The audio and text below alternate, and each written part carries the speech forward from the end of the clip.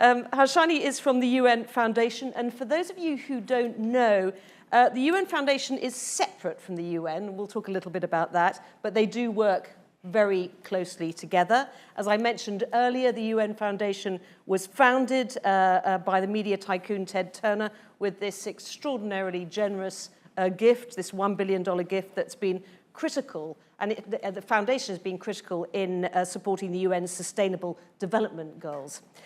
Today we're going to discuss, though, how the UN Foundation works with young people under a program called Our Future Agenda. It's led by Harshani, and it's a platform that empowers young leaders to advance global cooperation. Harshani, welcome, and thank you very much for being here. Why don't you tell us a little bit more about how the UN Foundation works and what you do within it, because I think there is often a lot of confusion about how the Foundation and the actual UN work together. It's a great question, and I'm happy to answer that. I'm so delighted to be here with all of you. So the UN Foundation is a strategic partner to the United Nations. And we provide really unique space in offering a space that allows us to have out-of-the-box thinking and innovation. And we also serve as a home for alliances and initiatives that are delivering some of the biggest breakthroughs for people and planet. And our mission is to headhunt and find solutions to some of the world's most pressing challenges, both current and future, whether that comes to climate change or global health. And we host a whole variety of programs and alliances, whether that's across the SDGs or gender equality, all with a dedicated commitment to ensuring that we elevate and amplify the voices and leadership of those that are least likely to be heard in global decision-making processes. And that's what makes the UN Foundation so unique, because we broker partnerships between and across sectors. And we're able to take a bit of the bold risks and to innovate without some of the restrictions of more bigger bureaucratic organizations. And that freedom allows us to be almost like an incubator of sorts, an incubator for bold ideas and bold solutions. And it enables us to provide sometimes really game-changing support when it's difficult for more traditional actors or governments to step in, both within the UN, within the United Nations, but also at a grassroots local level. And that's how I came to be at UN Foundation. I lead a program called Our Future Agenda, and that is really committed to working with and for young people to reimagine what we talk about as multilateralism or the UN. So it's fit for purpose, it's fit for the 21st. So, I mean, presumably you have, at the Foundation, you've got a lot more freedom to act because you don't have the political constraints or the governmental constraints that the United Nations has. Right, and we are smaller, more nimble, and super focused in how we provide support. Those constraints also help us to focus on what are the key partnerships between sectors, spaces where it's really hard for philanthropy, for instance, to work with the UN, or for the UN to work with local communities. And my program, it brings in a whole bunch of initiatives, from research to campaigns to alliances, to really help the UN deliver better for young people and to really deliver better for future generations. Before we dive a little bit more into what you do with young people, let's set the scene here, because there is a massive global shift in demography happening, isn't there? Which is really going to change the world. I mean, you've just come from Japan, I know, where they have a very large aging population, but on the other side there are many countries with much younger populations. Just set that scene for us, and how at the UN Foundation you are reacting to those shifts. So thinking about demographic shifts now is really important. Right now, young countries, especially those across Asia and Africa, they're experiencing rapid population growth. Let's take Indonesia or India or Nigeria, where most of the population is under 30. And it's young people that are driving economic growth, development, and reimagining culture itself. And as these young countries continue to grow, they will have profound implications for the shape of our future and how we tackle big things like climate change. And as we have the ability to peer into the future, recent demographic trends suggest by the year 2100, which feels weird to say, but is actually not that far away, 3 out of 4 people will call Asia and Africa home. Sub-Saharan Africa is projected to almost double in size. This is in sharp contrast to countries that are experiencing also rapid aging, whether that's across Europe or across East Asia. And those trends will only continue. Now, how we deal with those facts and trends is super critical. And the ability to work with young countries and support young people in that transition, investing in education, in healthcare, but also in emerging technologies will be life-critical. This is all the SDGs. But it will also transform how we think about global cooperation. We need to think about new approaches to partnerships that deliver greater equity, greater voice, and greater recognition for young countries, especially those from the global south. I mean, what's the danger of not meeting those challenges? I think we're seeing some of that manifest today. A lack of understanding. I mean, the world is moving so quickly, and it's really hard to think about the future. Sometimes it's scary. And our inability to not think about the future critically with long-term planning, it breeds confusion, it breeds mistrust without reason. And it also means that we don't have the opportunity to actually seize the gains that come with investing in young people, helping us to transform societies that are aging in a way that's intergenerational, that supports that transition. So there are more things that we can gain than we can lose. And it's important to not be scared by the implications of a fast-changing future. Now, you founded the Unlock the Future Coalition, which brings together child and youth-focused organisations to address some of these challenges. I mean, tell us what the coalition mission is and why it's so crucial, if you like, to unite organisations under this coalition. So the Unlock the Future Coalition brings together some of the world's largest youth and child-focused organizations, 25 in total. And its impact is far-reaching, reaches 1 billion people worldwide. And it includes members that you might be aware of, like the International Federation for the Red Cross, Plan International, the Kofi Annan Foundation. And their mission is simple, but it is generation-changing. It's to enable young people to have more than just a say in the conversation, but to be able to drive how global decisions impact their lives and their futures. And this is important because uniting these organizations is important because the challenges that await young people, whether that's economic growth or gender inequality or climate change, they don't just stop at borders. They transcend into communities, into countries. They manifest over time as children become parents, become grandparents, and they impact future generations. And it's important that we deal with those cascading consequences by investing in young people. So how does it work? Yeah. I mean, so you've got, the Red Cross, Save the Children, Plan International, whatever. I mean, so what do? You gather all in one room, and I mean, what happens? Actually, yeah. Yeah. It's weird because when we first met during COVID-19, and we were trying to figure out how we deliver and support solutions that young people were leading at a frontline level, it was coming together. Many of the CEOs don't actually sit down and brainstorm how they work together, how they cut down on duplication, how they fill in gaps, and how they work together to influence how decisions are made, both financial and political. So yes, a lot of it is convening CEOs, but it's also putting in or sinking in strategies. Like, let's take, for example, the Scouts. They work with 57 young people alone.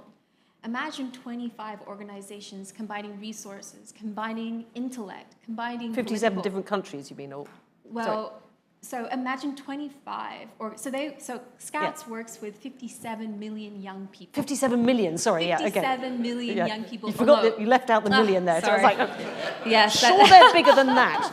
I'm sure that was an important one to keep in. Yeah. So the Scouts, they work with 57 million people alone. So imagine if you multiply the resources of one organization by 25, and all of them are working together to pool resources, pool expertise, but also their political influence with donors and governments to impact change. It's exponential. it's huge. And there aren't many coalitions that are willing to do that right from the CEO level to a local community level across over 120 countries. It's big. And as you say, it's about getting these voices heard. So you bring together this coalition, but then how do you make sure that those voices are heard in places of power, I suppose, in the actual United Nations? So it's as simple as when we talk about intergenerational, one of the simple things that we do is when we have CEO convenings, we make sure that there's a young person involved in every single conversation. And every single organization that represents itself makes that decision with a young person. And it's rare for a CEO and a young person to sit together and speak on behalf of their organization. It's catalytic. And when it comes to how they engage with the UN, many of these youth and child-focused organizations, they define their 5, 10, 20-year strategies based on what young people want, what young people need. Their whole DNA is constructed around amplifying and working with young people. And presumably with the world changing so fast, as we all know from our own, kids and whatever, they want quite different things very often than the older generation. Yeah, different and many things. And sometimes conflicting things. Yeah. Well, one thing that is consistent is around financing. And that's one of the biggest things that the Unlock Coalition is focused on, is how do we transform the financing landscape, which is quite traditional, to be more nimble, to be more flexible, to be more dynamic and responsive to young people that are engineering some of the greatest badass solutions to tackle the biggest challenges of time. And that's one thing that I'm really excited to talk about too. Now, I was going to come on to this because one of the key initiatives of the Unlock the Future coalition is the Funders Collective. What is that? So as mentioned, the Funders Collective, it's one of the areas where the Unlock Coalition's all united, the CEOs of all the Unlock Coalition members united behind, because it's the biggest challenge that face young people. And it's hard to believe that it's only 6% of global development assistance that actually goes to young people. And that most youth organizations, their annual budgets that they operate on is somewhere between $5,000 US per year, and 97% of their staff are volunteers. So you can imagine that the funding that they receive, it all goes to activities, and there's nothing to sustain their actual operations to really think about long-term planning. And that really shortcuts their potential and their ability to really think beyond the now, to think for the future. We're not really providing them the skills to do that. And it also prevents supporting really dynamic, bold solutions that are mostly underfunded and undersupported in the philanthropic space as it exists now. Yes, Nicholas, I mean, when governments have to cut back, and I've seen that in my own country, in the UK, one of the first things that they cut back on is youth activities. Exactly. Yeah. Exactly. And so the Funders Collective is really trying to flip that script. And it's not about signing more checks. It's really about a system-wide reset for how we prepare for the future by investing in young people. And that requires really moving away and transitioning away from traditional structures that have really strict eligibility criteria and high compliance demands, which just screen young people out from the get-go. And the Funders Collective is all about multi-year flexible funding support and resources to young people so they can move from action to organization to movement building. And as soon as we can see that transition, we'll see a huge uptick in growth and progress amongst young people, but also in how they work with communities. Now, you spend a lot of time talking to the younger generation of philanthropists. How would you say that their values and preoccupations differ from that of their parents or their grandparents? What are they worried about? So young philanthropists are really changing the way we think about giving, and how they also think about impact. One of the things that I've heard consistently is ensuring that giving manifests in something real, in something tangible, and feeling a deep connection to the initiatives that they support. Unlike traditional or older generations, which tend to invest in traditional institutions or sectors like health and education, young philanthropists are passionate about causes, about issues that impact people and their everyday, whether that's from social justice to economic inequality to climate change. These issues require rewiring our structures. They're not quick fixes, but a lot of young philanthropists are willing to stick it out to see that change not just manifest today, but manifest for generations to come. And what I also hear from a lot of young philanthropists is that they see giving as a way of life, as an extension of themselves and the values that they and their families represent. They want to see a difference and they want to be part of it. And of course, the next generation of philanthropists, and I'm going to sort of state the obvious here, but they're going to have to live with the climate change. They're going to have to live with environmental degradation. They're going to have to live with warming oceans to an extent that, say, my generation are not going to have to. Are their voices being heard sufficiently, do you think? I think it's a difficult question to answer. I think yes and no. I think more can be done in terms of areas where I'm seeing areas that are positive. You see young philanthropists really challenging traditional models and pushing for more flexible and nimble structures, whether that's donor advised funds to funder collaboratives that allow resources to be delivered more quickly, more efficiently, and with greater control. But there's a lot that still needs to be done. I think young philanthropists are still coming into their wealth and unable at times to give large contributions at the level or depth that they hope to achieve. Trust and accountability is also a big deal. A lot of young philanthropists want to see a direct connection between their giving and impact. And there's a lot of trepidation around big bureaucratic institutions that can't really move quickly. I think young philanthropists have also shared that. So they're a bit more suspicious of the big traditional NGOs? Absolutely. So they would have a tendency more to invest in... To local community action. Yeah. Right? And part of that is also because the nature of our world is rapidly changing. It is daunting, and it's hard to feel a connection between your giving and your impact when our world is moving so quickly. And it can make the philanthropic journey sometimes daunting, if not lonely. And I think that isolation can also be felt in traditional structures where young philanthropists don't feel that the systems are set up to enable them to speak up or to take up leadership roles.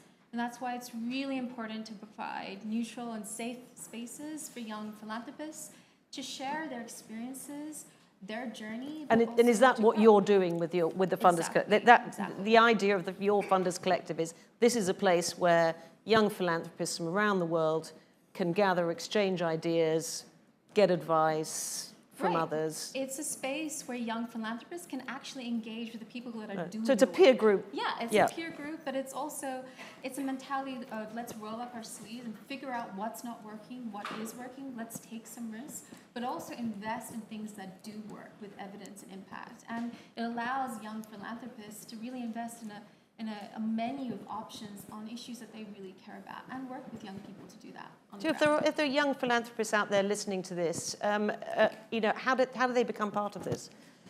Of your Funders Collective? They get in touch with you I think the UN Foundation offers a multitude of spaces to do exactly what we're trying to do with the Funders Collective. And it's also important to be curious and to ask questions and join spaces like this and to feel camaraderie in the questions and finding answers together. So these conversations are vital to that. Well, we've heard this morning about there being a shift, a next generation shift, particularly here in Asia. Does your Funders Collective represent this shift? Absolutely. I mean, one of the things that we're very focused on and very interested in is working with young philanthropists, especially from young countries across Indonesia to India, that are leading their own companies, that are entrepreneurs themselves, and see a direct correlation between the goods and services that they provide and the difference that they want to make in the world.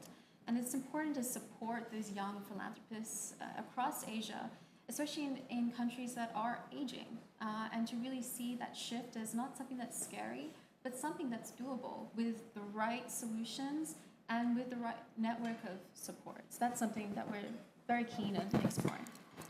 Now, in 2015, all the members of the United Nations adopted the 17 Sustainable Development Goals, SDGs as we call them. The aim was to bring peace and prosperity to the planet while tackling climate change, hence the sustainable goals, working to save our oceans and forests, and the deadline for achieving those SDGs is, of course, 2030, and we're already in 24. The clock is ticking. The final Sustainable Development Goals Summit is going to be held in 2027. This is going to be a pretty historic moment, isn't it, when world leaders assess progress. How can we make sure, and I'm sure this is something that you guys are working on at the UN Foundation, that young people in young countries are heard in shaping this future? And why is this a, if you like, critical chance to leave a lasting legacy in this remaining few years before that 2030 deadline? Yeah, it's hard to talk about deadlines. It makes everyone feel nervous and feel like they're missing the homework assignment and they haven't done the homework. Good for discipline, though. As a journalist, I need a deadline. We all need deadlines. And it's a hard thing to say, but we're only 19% on progress of the SDGs. 19%? 19%. There's still a lot to do. And when we get to 2027, yes, it's important for us to review progress and to consider what didn't work and what went well and how do we use the remaining 3 years to really get the job done. But it's ever so important to think about beyond 2030. And that's a scary thing when so many companies, so many funders have pegged their giving to 2030. And as we consider the years and energy and resources that we have left, and we think about the future, it's important that we make investments based on what that future could look like, knowing demographic trends, knowing what the future, using our foresight skills to peer into it. So that means ensuring that young people in young countries, their voices are heard, that their experiences are shared, and that as we think beyond 2030, we ensure that they're in the driving seat in shaping those decisions. I want to come back to that, what happens post-2030 in a moment, but let's first of all focus on the remaining few years that we've got till 2030. So you said only 19% has been achieved, which is a little bit depressing. What's the pace of that? I mean, was there a big spurt in the beginning and it slowed down, or, I mean, where are things picking up? I mean, that's a lot. Yeah. So, I mean, I mean, where are we on the progress? And is it feels very overly optimistic to imagine that we're even going to get there. So I think one of the things we have to be, conscious of that it's not trying to get an A+ on this assignment. I mean, it would be fantastic to get to 2030 and say, end extreme poverty, Right. We've achieved gender equality. It's about shifting the dial. It's about shifting mentality and shifting how institutions and systems work. And sometimes that takes generations. And sometimes that's just not giving up. That's converting passion into compassion. It's about looking through critically and not being scared about why didn't things work as we thought they did. And exploring what we know now that's different. Do we have better solutions? Do we have better ideas? How do we use the raw potential of the people now to think more critically about the future? I'm hopeful because it's important to not be afraid of the 2027 moment or the 2030 moment because I'm confident that we have the science and evidence to get there. A lot of it is about political will. It's about people mobilizing and people caring. I mean, I know that, and you've pointed this out, that many young funders, many young philanthropists have tied their plans to the UN SDGs. They're using them as a benchmark. And many ask, what will happen after 2030? Is anyone thinking about this? And what is the thinking? I mean, do they still remain? We just shift them a few years, or do we change it? Or, I mean, what will happen? So this is one of the questions that the Unlock the Future Coalition is trying to answer. It's uniting young people as well as companies, as well as civil society, to think about what are our options. And there are many. And also applying long-term thinking and long-term planning to exploring what are the best pathways. With a lot of philanthropists who have tied their giving to the SDGs, they don't see the SDGs as a tick box exercise.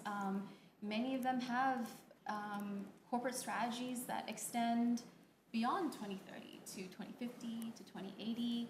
Many of them are thinking critically about the legacy they leave behind for their children and their grandchildren. And so there is an appetite and readiness to think about this. And as I shared, there are tools and mechanisms that allow us that enable us to think about what's next. And is it time that we need to rethink traditional funding models as part of that? Yes. I mean, as I said, only 6% of global development assistance goes to young people, and they currently represent 50% of the world population. So there's a lot that we need to rethink.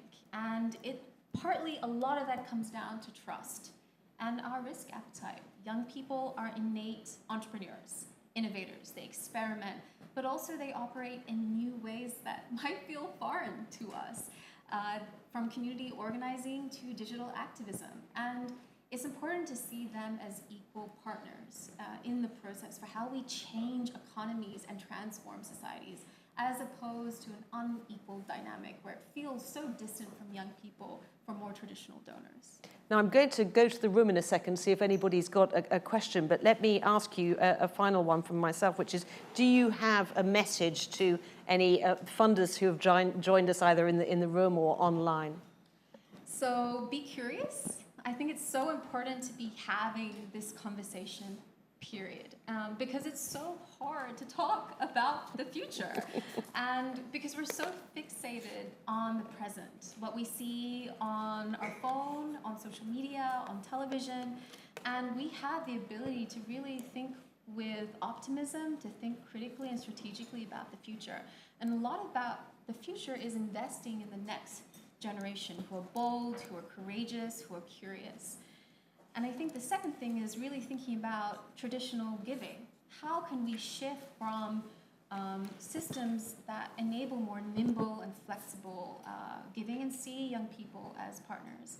And a lot of that is working with the next wave of young philanthropists that are also coming in to their own and need conversations like this and experiences like this to really share their thinking and grow in their journey. Well, I hope there's lots of young philanthropists, future philanthropists out there listening who are going to get in touch with you, Harshani. But would anybody like to ask a question before we bring this inspiring session to an end? No, I think it's two. Yes, got a question there. Oh, actually, Harshani, my question is basically, considering Teta's groundbreaking role in shaping the modern media and his unprecedented gift of $1 billion, do you think that he be regarded as one of the world's greatest visionaries of our time? I mean, absolutely. It was a tremendous gift, and there is so much that has been achieved with what has already been provided and opened up space for imaginative thinking and thinking that is curious, as well as bringing sectors together that wouldn't otherwise united to support the UN. And it isn't just about supporting the UN, it's about supporting people and planets. So definitely there are a multitude of case studies that and impact metrics that demonstrate how much has been achieved just now with this gift, but also how it's encouraged other philanthropists to give in kind. Can we get a microphone to the front? Edwina has a question. Thank you. That was really interesting. When I was a younger philanthropist and I sort of realised it was all sort of coming my way, it's probably about 1920, and I didn't really know who to talk to, who to turn to.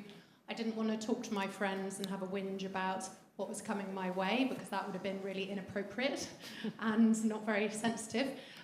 So I had to go out and find an older female philanthropist, and I sat down with her and I talked to her about the things I wanted to talk to. So it's nice to hear that, you know, now that I'm in my 40s, there seems to be lots of different areas that philanthropists can turn to, but I still wonder if it's slightly behind closed doors. And so it's something about the accessibility of younger philanthropists. We can't just expect them to know where to go or who to turn to. So I don't know if you have the answer to that, but it's just something that how can we reach them and not expect them to have to do the running, if that makes sense. No, absolutely. And I think part of that is mentoring and peer-to-peer networks that provide neutral and safe space to say, I don't know what I'm doing, or I'm really excited about X, how do I start investing, or how do I ask the right questions? And I think that journey of curiosity is something that needs to be cultivated, and that's something that the Funders Collective is really invested in nurturing. And one of the things that we often see is also providing space for young philanthropists to see the impact of their work or what is possible, to really investigate a whole cluster of different options and ideas before they're ready. And that might take some time, and that's okay. Providing that space is critical, and that mentorship too.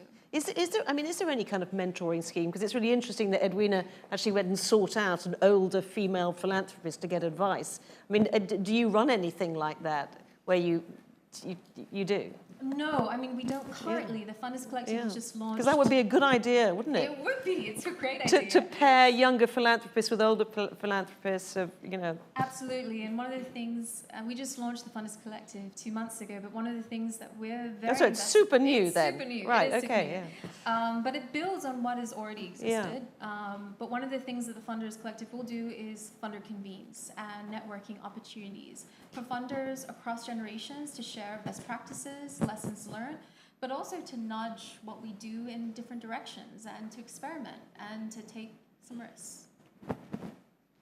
Another question here. Just wait for the microphone to come. Thank you for the sharing. I have to say my question would be a bit super focused. I think Hong Kong is in the beginning of getting more people to have a heart to donate. And I think in the audience, we might have more than a few universities, people here.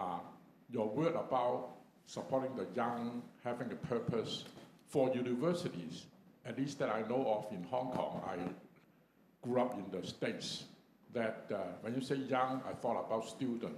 When you think young, I thought about young professors. But ranking is not based on your way to support students. Unlike where I graduated, Washington U in St. Louis, and other universities, they focus a lot more on student scholarships.